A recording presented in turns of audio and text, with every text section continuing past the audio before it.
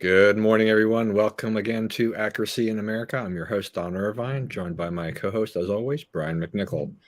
Hello, deplorables, drags, despicables, chumps, Neanderthals, semi-fascists, and of course those dog-faced phony soldiers. That's right. Okay. Well, I don't know what this weather's kind of up and down, I guess. But we're getting the rain that we kind of needed in April. So We did. You know what? It's like the flowers are kind of past peak on flowers now, especially with all the rain. But like we are coming to peak on it being lush and green and beautiful. I was up in your state not this past weekend, but the one before, and we ended up having to make a drive through the country to go about doing what we were doing, and it was just stupendously beautiful. And then I had one this weekend. Where I was this weekend was really gorgeous too. So, God's blessings, right? yeah, since we usually wind up inevitably mentioning about something about climate change almost every week. I'm going to throw this out at the beginning. It's not even on the list, but I meant to. I wanted to discuss this with you just briefly, at least. So we had this big car wreck, car truck wreck, this big accident in Illinois due to a dust storm.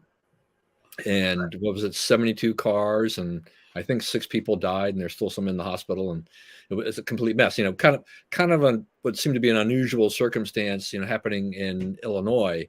But of course, USA Today, I saw there was, they wanted to tie this to climate change.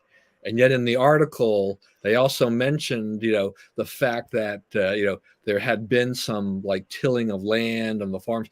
And so, and it'd been dry, and then they had some wind. And so naturally dry, dusty conditions were there, and the wind carried it and created this unfortunate situation where, you didn't have you had very low to no visibility. But, once again, it's like every little thing, climate change, this, climate change, that, it's kind of like, it's not going to be as bad as the Dust Bowl or, all these other conditions, agricultural and things like this. But they want to throw these things at you and just kind of prepare your mind so that they can continue this drumbeat, this narrative on all of this. Right. I've been thinking about this lately. Like one of the things that really bugs me is when my kids turn in reports to school, they can only cite sources that have a GOV, EDU, or MIL suffix, right? So the only information you're allowed to consider is government paid science, right? So you're not allowed to look at the people saying, hey, wait a minute, the government completely full of it on this. You're not allowed to cite that in your report. You're not even allowed to know that there is two sides to this story, right? You're not even supposed to acknowledge that because there's not a lot under Gov, Mil, or EDU that says this, right? There is some stuff. There's a growing body of research that's pretty much putting the nail in the coffin of the, carbon dependent. Carbon is the, control knob to our future nonsense, right? And so, and the proof is pouring in, right? The coral reefs are rebuilding. A lot of, we had I think 4 continents this year had the coldest weather they've ever had, including North America. And now I guess Australia has joined the list. That was the recent one to join the list. So, there's a lot of things pointing to the fact that this, we're getting colder. And, we're up to 108 months now in a row with that's by my math, went to school in Louisiana, so it's kind of hard. 9 years. Right? 9 times 12, 9 years of no warming. So for a critical problem that's growing bigger by the day, it's taken a 9-year break, right? So, at what point do we quit honoring this shibboleth? At what point do we say, you guys are going to have to prove it's true? I think there's a large bunch of voters out there who are like, I'm sorry, but I don't notice a big difference in the weather. I don't notice that this is a catastrophe that I ought to pay, $2 more for gas and, $100 more a month for home fuel and so forth to cover. It doesn't look like that big a disaster to me.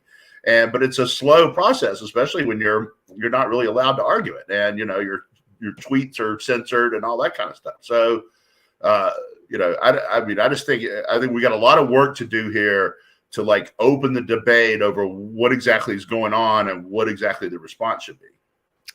Yeah. So I was, while you were talking, I also was, I went Saturday morning briefly to the annual Maryland Day at University of Maryland College Park. That was their 25th one. I've been to a handful in the recent years. I mean, there weren't any during COVID, but you know, I, I'm always kind of curious as to what's going on in my alma mater, and just seeing just the physical changes in the campus as they do construction. And we've got, it's a massive mess over there because they have the purple line, it's going to go straight through campus. And it's like, the purple line was never a very good idea before the pandemic. It's a terrible idea after the pandemic. Yeah. And they've got this campus. If you've been on the University of Maryland campus, the main drag there in front of the student union, it's a one-lane road, one way only, from from Route 1, up, go up the hill, and that's it. You can't go the other way. Something like, what a crazy mess this is going to be. And they're not going to have that many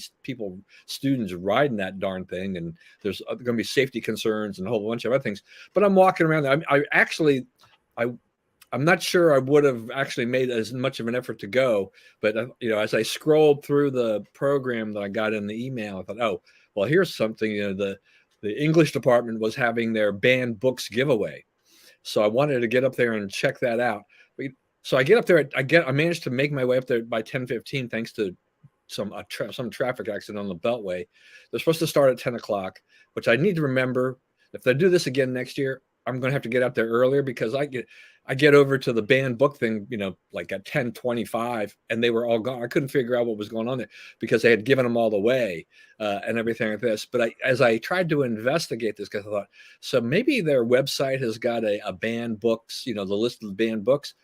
But what they've been doing for the last couple of years, at least, is they've been having a March book madness with all their banned books, and you vote via Twitter, I guess, or whatever, and they have brackets, and then you get to an eventual winner and whatnot. And I couldn't figure out who won for 2023 or 2022, but it was interesting, because actually the hashtag on Twitter for like March Book Madness, it's all about reading. It's like elementary schools and other schools about accomplishments in reading.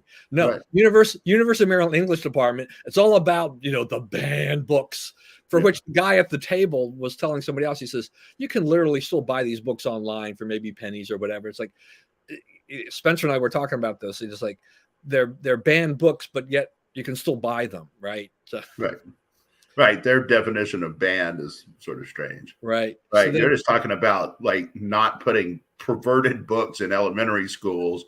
Right. That's all we're talking about here. We're not trying to dim anybody's horizons. It's just, normal, what used to be known as common sense. But yeah, no, here we are. So as I made my way around campus, and I was on the main hall there where the library is, and they have kind of their mall area with all the buildings.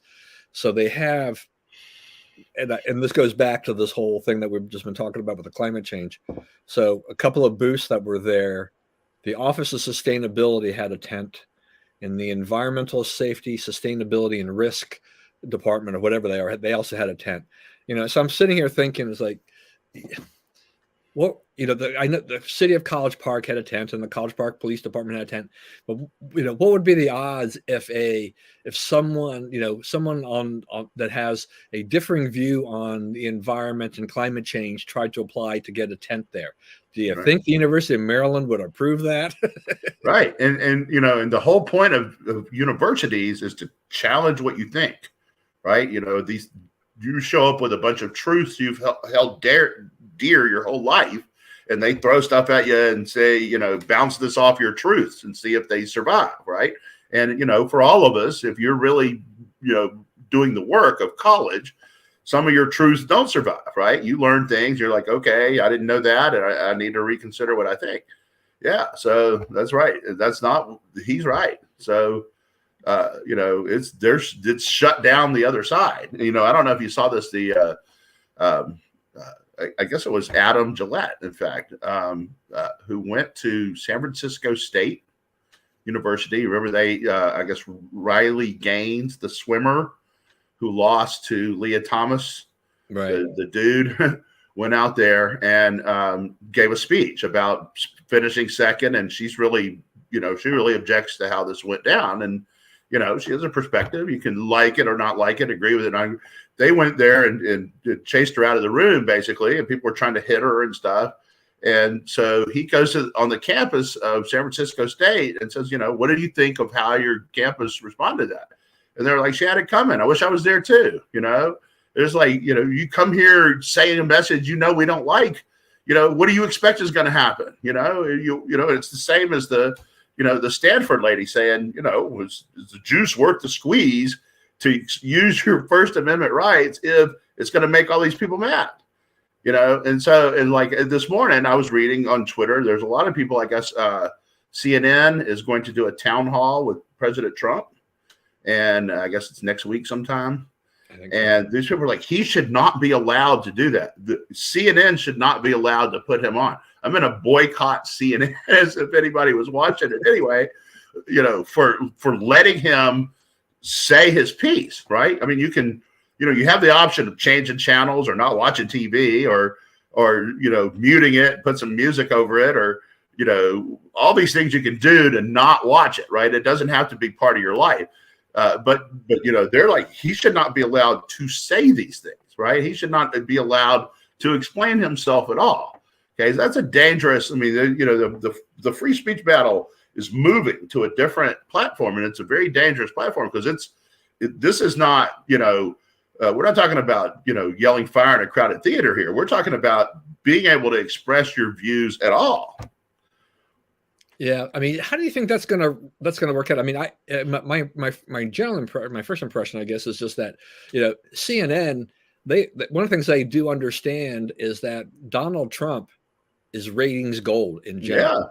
Yeah. And when you're in the basement of the cable news ratings, this is a coup. This for them will bring them eyeballs, and they will be very disappointed if they don't win the night. The time slot, during that time that Trump is on. Now, how they treat Trump, it'll be interesting to see. But he signed up for it. Whatever happens. He knows who CNN is too, right? He knows what they are. And then they put this, one of their most biased, uncredible reporters on it too. So I mean, really, really kind of made a joke of it with the person they assigned to it. A really unserious person. Yeah, so it'll be kind of interesting to see how this turns out. I think there are going to be a lot of people going to tune in just to see what kind of fireworks may take place, because Trump is Trump. He's not the president now. He's a former president, and we've already seen him go through his True Social and other things like that. He's expressed a lot of opinions since the election, and he will continue to do so. Obviously, he's running for president again, so this could be a fascinating night. And if you're the other cable news networks, is like, you're going to struggle to win that night because CNN's got Trump, and I can understand liberals. There's a lot of those liberal leftists that are like, oh, this is horrible, because they keep thinking that CNN is on their side all the time and that you can't have a Trump. And but I mean, there's still an agenda with CNN. I mean, what they hope to accomplish with it, but the bottom line is going to be ratings, and see if Chris Lichten, the gang over there, made the right decision in inviting him on there. We'll see. I mean, there could, for all I know, I mean, he could be out there. He could blast, Fox News a lot and make fun of him for a lot of stuff like that, which CNN will love to death. They'll figure out a way for a second town hall if that happens, right? You got that right. I did want to talk. So I've been hung up on this whole thing going on in France about this pension, changes, pension reform, because it just seems like I can't believe how dumb, how stupid these French people are, particularly the young people. But then maybe it's because they're young people. They take to the streets, how much they've been protesting this thing, and they turn the May Day into a violent situation. There was a lot of violence and things going on May Day, and yet they continue to miss the point on the whole pension issue, with them, and that they are just I don't know. I don't know what are they expecting to happen on this. It's just that let's keep the lifestyles of everybody now, but they don't understand. It's like the money is running out. I mean, the world is the replacement, of the world here, rate is very low. I mean, the U.S. is still, we're doing okay, but not great.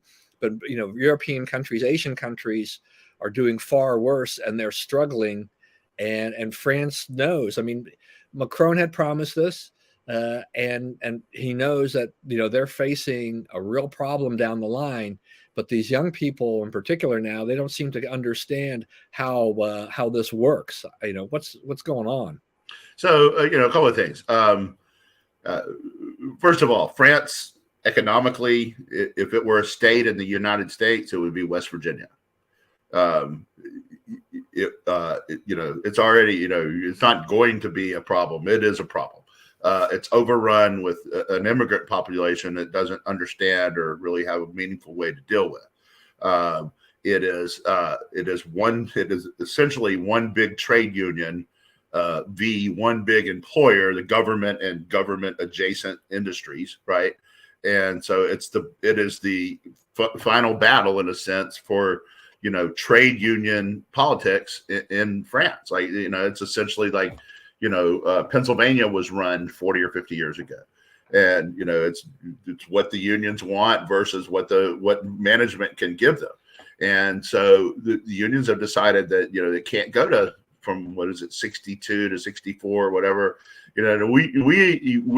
It's hard for us to judge this in the United States to an extent because ours has always been 65 and now it's going up to 68 or whatever. Right. So we look at it versus our numbers and we're like, even what they want to make you do is better than us, right? Is a year earlier than what we have right now, which is going to get worse here because it's starting to go up here. So, so it's hard to, the claim is not what the United States, what you do compared to the United States is what you do compared to what you promised and what you've done in the past. So, a little bit of that is that. So, but the other point is, the point where, the thing you talked about at first, the governments and employers have made promises that they cannot now deliver on, right? The balance of how many young to how many old has gotten so out of whack, through cutting birth rates and so forth, that you don't have the money to pay for these pension programs. You don't have the money to give everybody a fat retirement.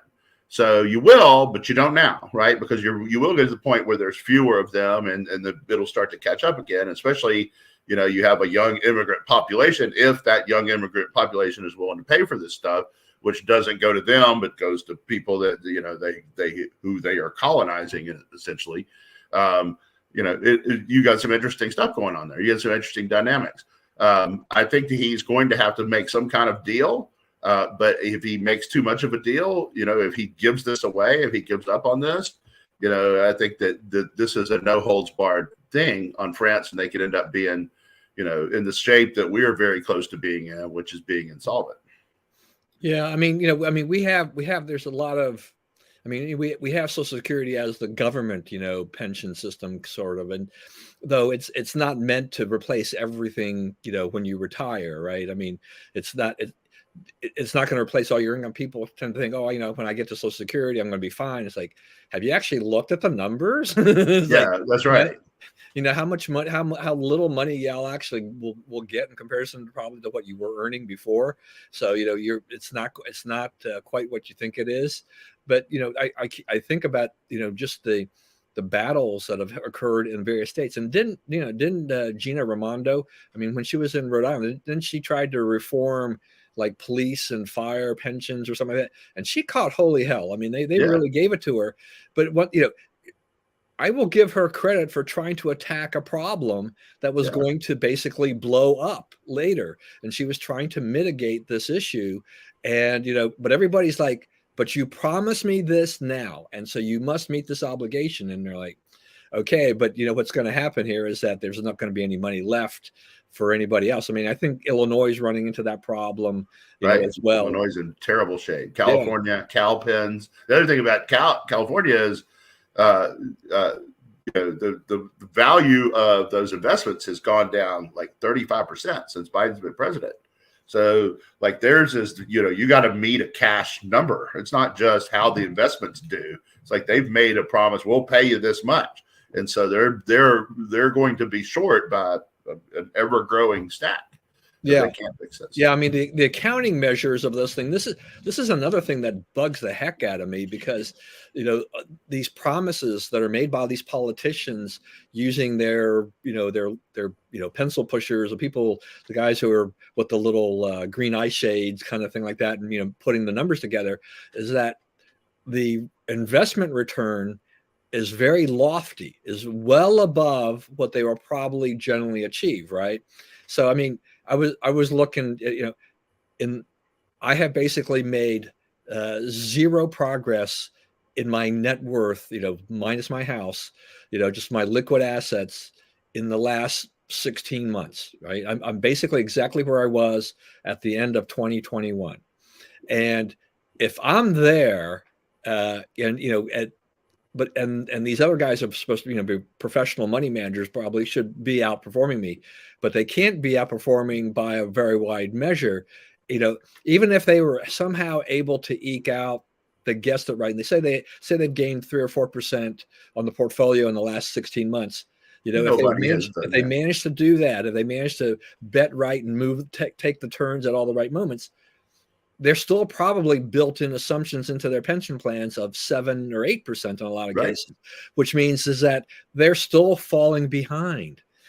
Plus the fact inflation has gone crazy and has also, just put the kibosh on numbers too. So, they have all these things hitting them, and the reality is politicians, they will kick that can down the road, for somebody else to solve and deal with. And, they won't say no to the workers. They won't say, what we gave you in pension is too generous. What we given you in benefits is too generous. That's what's going on in France, right? Because they made a deal that they can't honor any longer.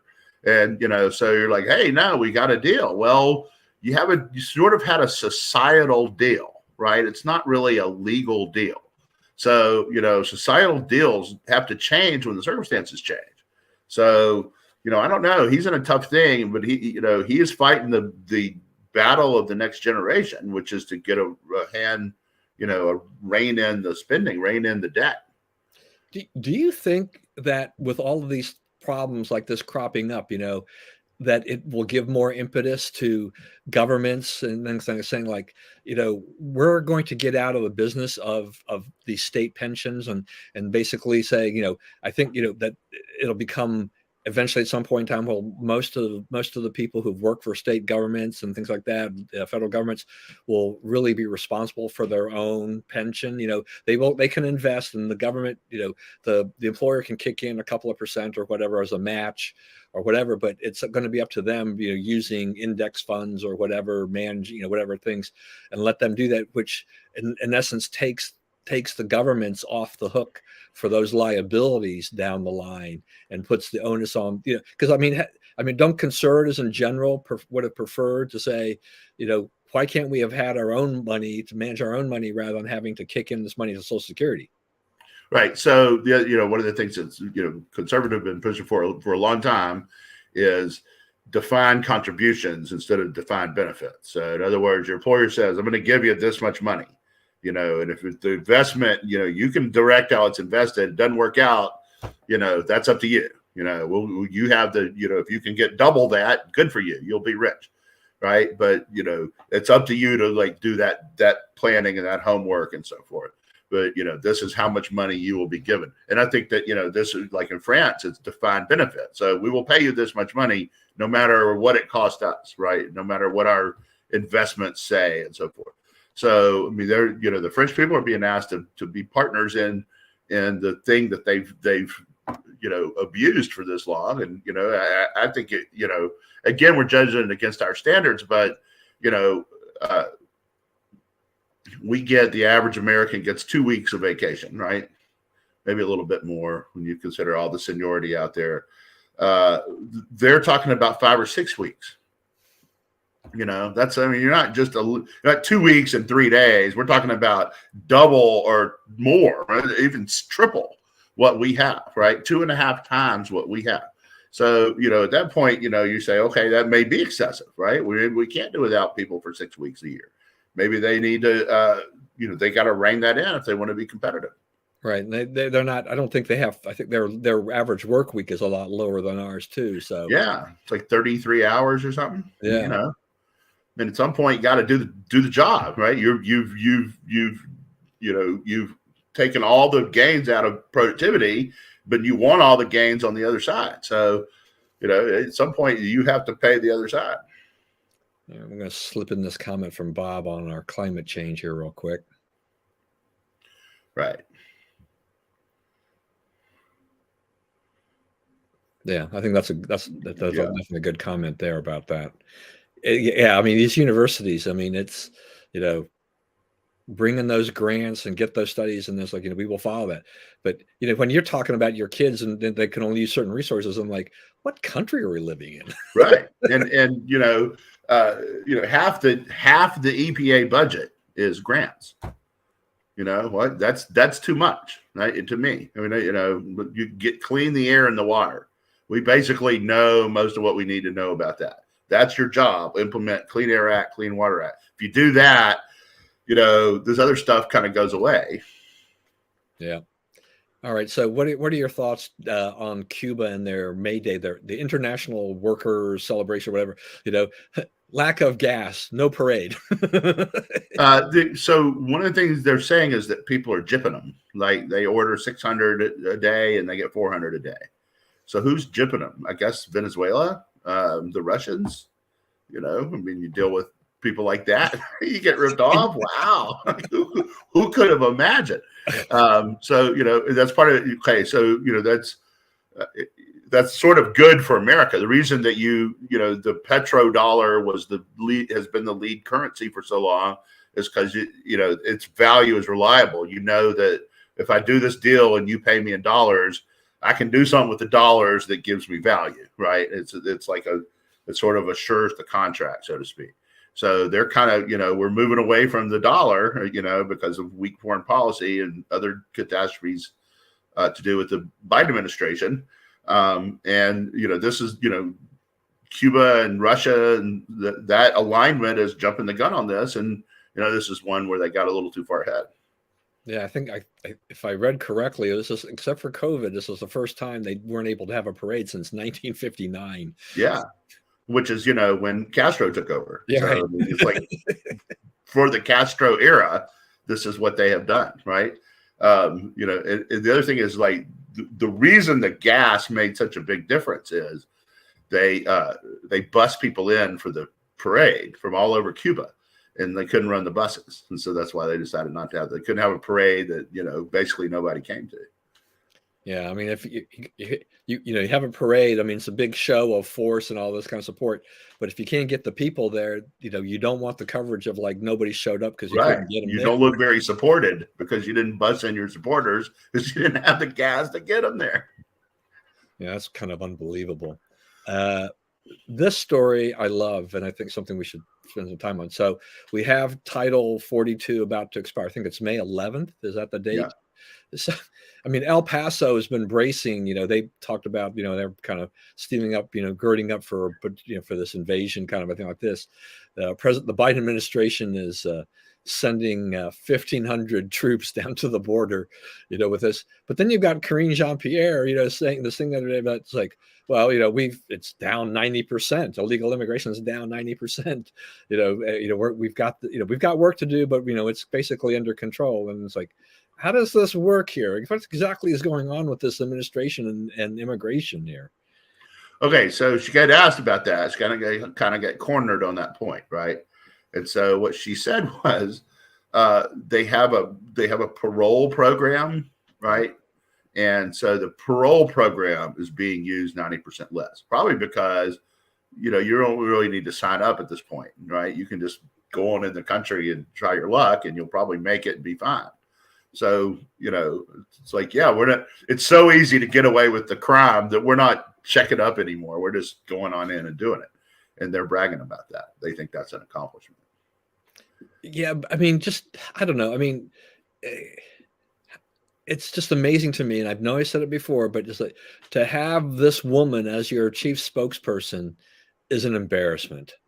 It is. So she doesn't know what she's saying half the time. She's reading it out of that book, and she doesn't know what she's and to be fair to her, they don't really give her good answers. They don't really give her good stuff to say. And so, I mean, the book is what's inside the book is not all that helpful to her. It gets her into even more trouble a lot of times. But to me, it's strange to have someone in there in that position who understands so little about what's in that book, what they're reading. That she finds the page, she reads those words, and then she's stuck, right? Because she can't. You'll notice that, like, you watch these clips, especially when she's dealing with the semi-hostile reporters, which there really aren't any, and the ones that attempt to do it are not really good at it. That's the other thing. It's like Fox News is the only one they're going to let in, right? They kind of have to let Fox News in. So Fox News needs to send someone who actually understands the job, right? They send a guy who's got one, he's almost as bad as she is. He has one prepared question, and when it gets blown out of the water, he doesn't know what to do either. He doesn't, think on his feet at all. And I guess his dad's in the business too, and so they're not going to move him or whatever. But he's awful. And that's you'll never get at him like that. The other thing is, though, like yesterday, so I guess she was asking him. So he tried to ask her about the Hunter Biden's daughter that he doesn't acknowledge in Arkansas, and she read the prepared thing and said, "I'm not speaking from the podium on that," and that was it. No follow up. Who's next? Okay, then they call on the next reporter, and this is what tells you America's in a bad place right now. The next reporter should say, answer his question, right? But that's not what they did. They just asked their question. Like, we don't really need whatever truth Fox was trying to make the country understand. We don't need to know that. Yeah, I try to be kind to Peter Ducey. I mean, his dad's been around for a long time, but I wonder how, the nepotism thing may have gone a little bit too far over here. Right. So, you have a seat in the White House press briefing. Put one of your best people in there who can stand the ground and go toe to toe. I mean, Karine Jean-Pierre, ask a follow up. Actually understand, because you can guess. You can guess her responses most of the time. You can pretty much script the conversation. Yeah, it's not like Karine Jean-Pierre can go toe to toe with a really strong individual. It's like put a little bit of pushback, and she'll fold like a house of cards, right? I mean, she'll just crumble down, and so they don't have the best person in there, and it's a lost opportunity for the conservatives. It really is in this case to have that. They're not going to let any Newsmax or anybody like that in. It's like your Fox is your only one you're going to get. Yeah, I don't know. I mean, can you imagine Tucker Carlson getting a job somewhere and trying to get White House credentials? Yeah. I mean, they'll just, but see, that's the thing about it is like, they're getting where they can shut down the conservative voice on every issue, right? That's what they're going for. Yeah. Like right now, for instance, they're talking about the debt ceiling, right? Whether to raise the debt ceiling, and the House has passed legislation that says we'll raise the debt ceiling, but there's some other cuts that have to be made. The White House is pushing back through its surrogates, its Democrats in Congress, the media, saying, it's cuts veterans benefits, and you guys don't care about wrecking the economy. The economy's already wrecked. Fortunately, the economy becomes pre-wrecked for this Congress. They can do whatever they want without worrying about wrecking the economy since it's already wrecked. There's a lot of good arguments out there. For one of the things they say, you can't. This is money already spent. You're saying don't say if it was already spent, you wouldn't need borrowing authority, right? That's nonsense. It's not already spent. It's appropriated by Congress, but we haven't signed any check yet, so we can still claw that back. We can still say we're not going to do that.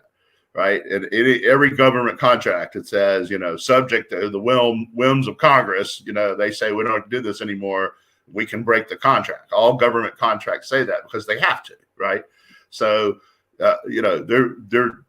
their whole fight. And then the internet is absolutely full of leftists telling you all the damage that will be done if we don't just pass a clean debt ceiling increase, right? And we're not coming out and saying, what I just said, that, hey, the money's not spent. We can still undo spending that money.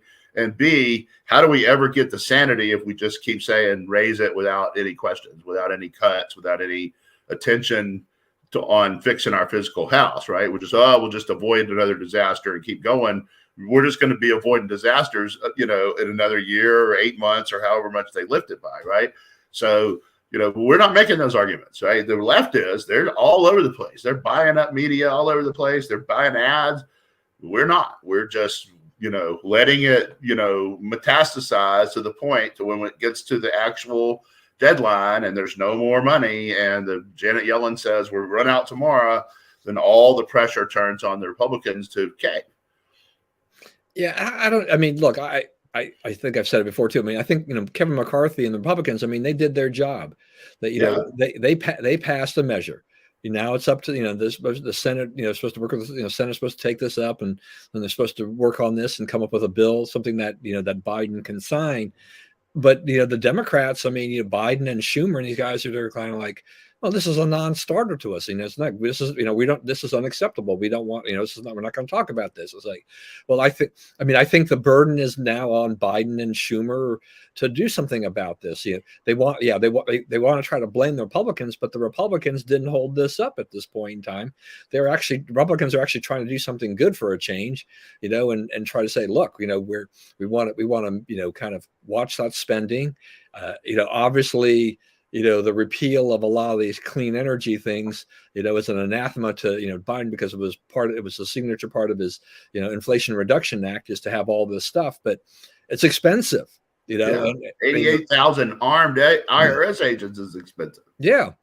And what do you really get out of that? I think, what was it? Was it the Congressional Budget Office? I guess they rated the debt ceiling, bill that was passed by the House, and they were going to cut how many trillions of dollars over the next 10 years or whatever it is. And, that's a step in the right direction, but that's not what the Democrats want to hear. And I still think, but my point is, no one's hearing what you're saying. Right. You're making an outstanding case and you're explaining it exactly correctly. And that word is not getting out there and competing with it'll throw the economy into shambles and the country will be ruined if we don't just cave and keep getting worse and worse and worse. Where are our people out saying this? Who's saying this? Yeah, it'd be nice if we had an honest media that would actually report this kind of thing, right? Right, but you can't. But how many years have you known it's not an honest media? Right. Especially you. You've known that a long time, right? Decades and decades now. Right. So it's time to think about Plan B, right? Yeah. I do want to, I still want to talk about this, but we have a couple comments from Bob I need to throw in here. Right, that's right. And Trump tried to make him pay, Yeah, he got some money out of him. And then this, yeah.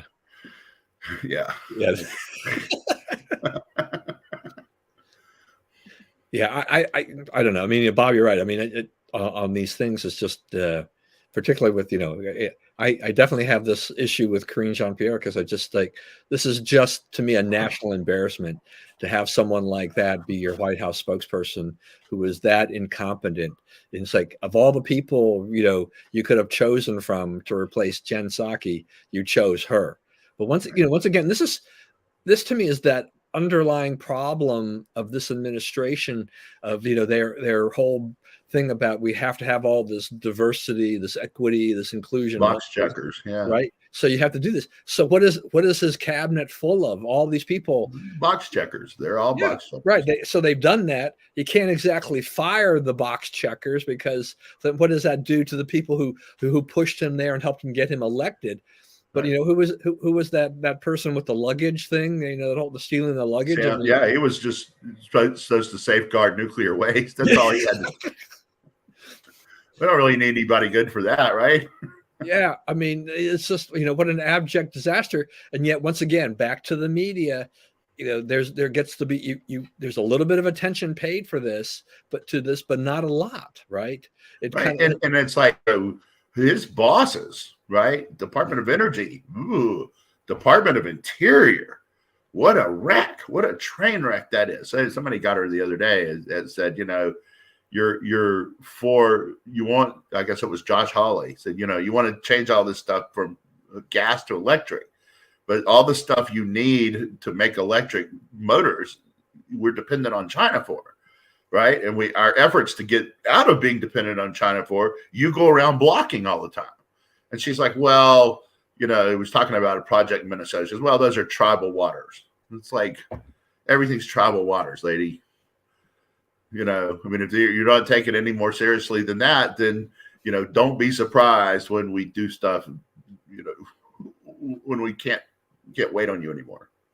Yeah, I mean, and I think somebody or someone made somebody made the point about a lot of the stuff with these things that we're dealing with clean energy, whether it's solar panels or wind turbines or whatever, is that if you go back to the thing, a lot of this stuff will be made in China and India, huge polluters. I mean, Yeah. they're huge users of fossil fuels, and so it's like, so once again, and the battery issue, with the lithium batteries, it's like, this is not like all the stuff that you're using in these electric, things and all these green energy things, were made with clean energy.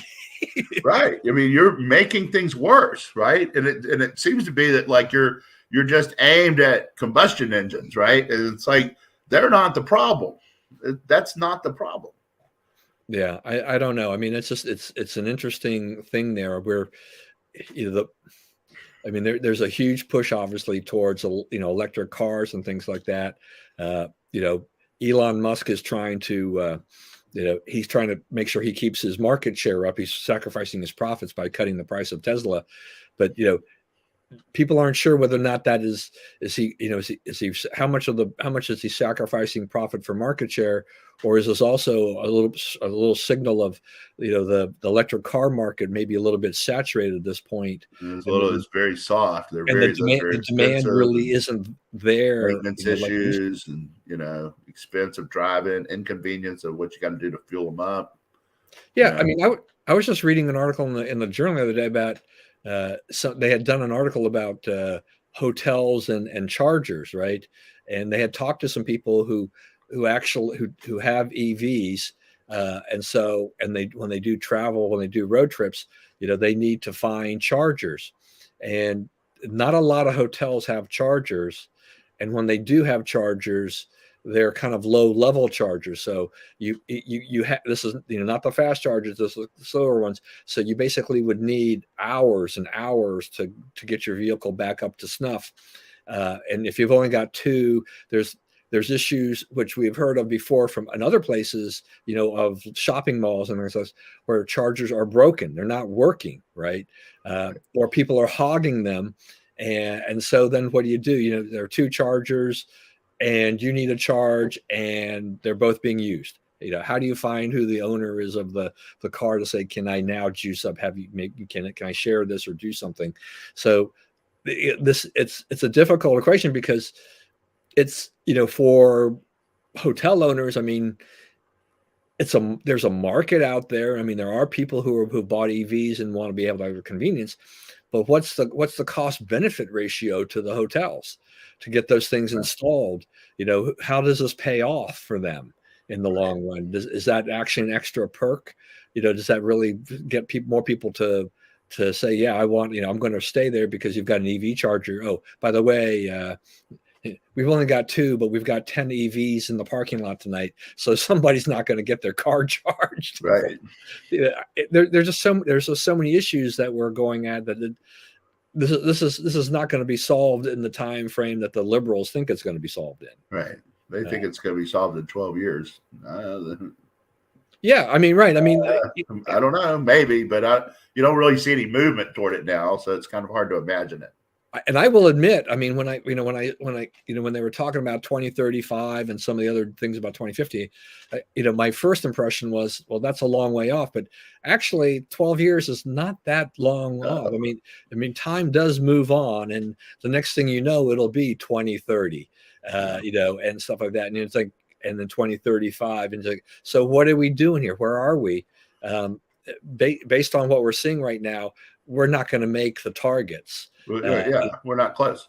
And Yeah. What point are they going to tell us this and what we're going to do about it? I mean, what would you do if you're 40% from your target? Yeah. Well, then you move the goalposts again, right? Right. And you find other ways of doing things. But as you mentioned before, I mean, the thing about it is that for us, there's a lot of things that we've been used to in our lives that are going to continue to get more expensive because of this change of where you can't have a gas range in a restaurant or your home, or now your air conditioner has got to be they ban more of the refrigerants, so you can only use this stuff, meaning that there's a handful of refrigerants that they can use for the environment because of the ozone layer issue that they talk about. And then there's a limited supply, but there's huge demand, so the price will inevitably go up. I'm sitting here thinking like, this is not good, because at some point in time, my 23-year-old air conditioner, so my house is big enough, it's got those 2 units, those 2 zones, but I don't use the one upstairs a whole lot. We don't stay up there a lot, so it's lasted. The one that was used a lot, I think it failed within the year that we had moved in. And at that time, the house was only about 5 years old or something. Builder's grade. This is what you get with builder's grade. So that one is aging. The newer one is aging, but the other one is pretty old. I'm thinking, it's like, when that shoe drops, or when my furnace fails, I'm going to be facing some huge issues. My water heater is like, I just can see all the regulations just are going to force you to do things. I see things on Nextdoor where people are talking about, how do we get a relatively inexpensive, water heater? The quotes I'm getting are $5,000 or $6,000 to replace a water heater. Wow. That's a staggering sum for people who probably haven't saved the money to handle that. Right. There's people going to just not have a water heater, or they're going to put it on their credit card, or they're going to take out some kind of loan, and with interest rates the way they are, this is, that $6,000 water heater is going to be an $8,000 or $9,000 water heater by the time you pay it off. All kinds of ramifications for this that are out there. That's right. And everything. I did want to touch on, at least for a little bit, this First Republic Bank failing. So we've had 3 bank failures this year. I think I guess we're past the big problem now. We've had these bank failures, and it was just, a lot of issues had come to the fore there with that. And, the FDIC stepped in there, and they basically have gotten the big banks to take over Silicon Valley Bank and First Republic Bank, made a lot of people nervous about regional banks and things like that. But what it does is it puts people like Elizabeth Warren on the warpath again, right? We needed more, we do this. But, doesn't some of this, I mean, this whole Dodd-Frank legislation, I mean, wasn't that also kind of a problem for all of this? It also, it didn't solve any problems. It probably created some problems. Well, Barney Frank made the point that nothing Donald Trump did to defang Dodd-Frank caused any of this. I don't know why he did that, but he did do that. And I always kind of found him to be an honest broker, if solidly on the wrong side of most issues, that he seemed to me like a straight shooter in my dealings with him. The things that got the Silicon Valley Bank in trouble were woke policies, woke lending practices, woke favoritism in hiring. They got too leftist for their own good. And I suspect that may be the case with some of these others. And they're, loaning to woke projects, but not to unwoke projects and so forth. And the woke projects don't pan out. They lose money, and they go broke, right? And that's a lot of what happened to those banks. But you have a huge amount of inflation that is in the last 2 years, a huge amount of quantitative easing, basically printing money. debt through the roof. So like the underpinnings of the U.S. economy are really as bad a shape as they've been since the Great Depression. So usually we have the stability behind the banking system to where, even fairly big mistakes can be smoothed out and the bank itself doesn't have to close. But we're to the point now where, the USA has been living paycheck to paycheck for so long now that, its finances are strained to the limit and we can't really protect stuff anymore. Yeah, I think Vivek Ramaswamy, I mean, I think he's made some points recently about, a lot of the things that have been happening lately too, go back to some of the Fed policies under Greenspan and Bernanke. I mean, kind of that easy money, the low interest rates, kept it low for a long time. Powell didn't adjust either. Brainerd, when she was on there, also was a low interest, kind of hawk. And the markets got used to that, right? Like, there was all this, and these banks, part of the problem, besides the fact that they were some of these other things that you mentioned, is that they invest in these bonds, and bonds have been they're generally a safe investment. But when interest rates, and inflation ramp up like it did, it creates a problem. So that those bonds are worth less than they paid for them. Now they can cash out at maturity, but if you've got people taking money out of your bank, and then you've got to meet those those withdrawal demands, and you got to start cashing out those bonds at less than you paid for them, it just becomes a spiral that becomes a huge problem. And they've got to put a plug in it and figure out how to deal with that. But the Fed has got to take some blame for this as well, where the government policies just kind of push these things along. They gave a lot of these these companies and the banks thinking like, oh well, we're doing fine. We got past the 2008 2009 financial crisis. We have all these stress checks and everything like that, and all these things that they have had on there, and we're going to be okay. But then then came inflation like we haven't seen in 40 years. And that's all you need. It's almost like, there's never going to be inflation like that again. I mean, I don't think I'd ever expect to see that. But thank you, Joe Biden, and your policies for helping ramp that up. For what are you doing now? The best you can say is that it's cooling. Well, I'm so relieved that's cool from 5.8 to 4.2 or something like that. Some of the core rate or whatever. It's like, that's a big relief to me. It's like, it's going to help me a whole lot when I go to the grocery store, because I'm still seeing it, and everybody else is still seeing it. Yeah. And it's not, and it's actually, the way they measure it, it's actually more like about 7 or so. And it was 1.4 when he came in. So, you're talking about 5.8. You're still talking about 4 times what it was when he took office.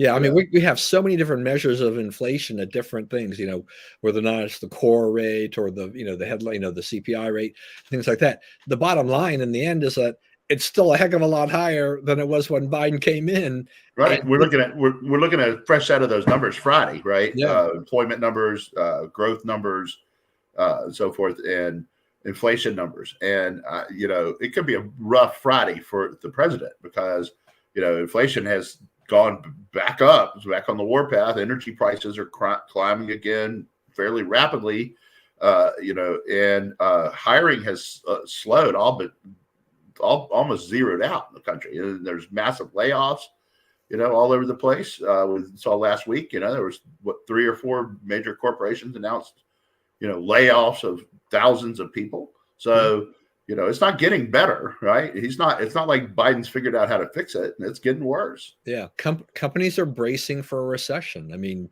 had a friend of mine who'd been working in Amazon over at BWI, been doing that for years. And, he messaged me, he says, he'd been let go by Amazon. It wasn't his choice, and so he's there. Now he's, trying to find another job and everything like that. But these companies are looking down the line. They're saying like, we think the economy is just not going in the right direction, and we need to brace ourselves and prepare ourselves for slowing sales, slowing revenues. Therefore, overhead needs to be cut. And so so the economy is not something Biden has a leg to stand on at this point in time whatsoever. Right. And when you mention, government, paycheck to paycheck kind of thing, is that one of the other effects of high inflation, higher interest rates is that we have to pay more on our debt. So so that creates yet another problem for us.